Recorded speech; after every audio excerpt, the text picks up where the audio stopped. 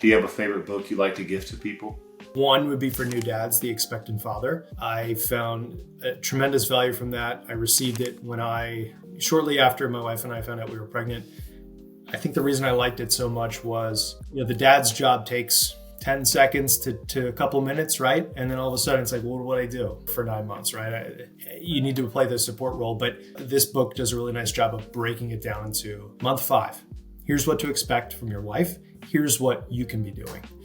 And so really framing that out and developing a sense of purpose as an expectant father was tremendously helpful. And then in the first few months of their life as well, like there's chapters in there for that. So I give that to everybody that I know that finds out that they're pregnant with their first.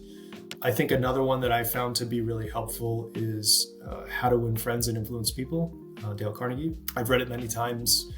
I reread it every couple of years. I highlight it, I make notes. I find it to be, maybe not as applicable today as it was in the past, right? I struggle with things where, it talks about how you shouldn't complain ever, right in there. But I think that that's part of our culture now, is to complain a little bit, and let's call it venting. That's what my wife calls it.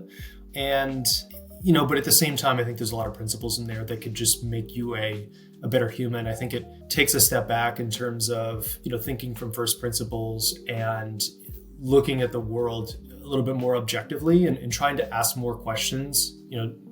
As they say, God gave you 2 ears and 1 mouth. Just trying to ask more questions and being more engaged, and you ultimately become a better person, a better friend, a better relative. So I think that's my second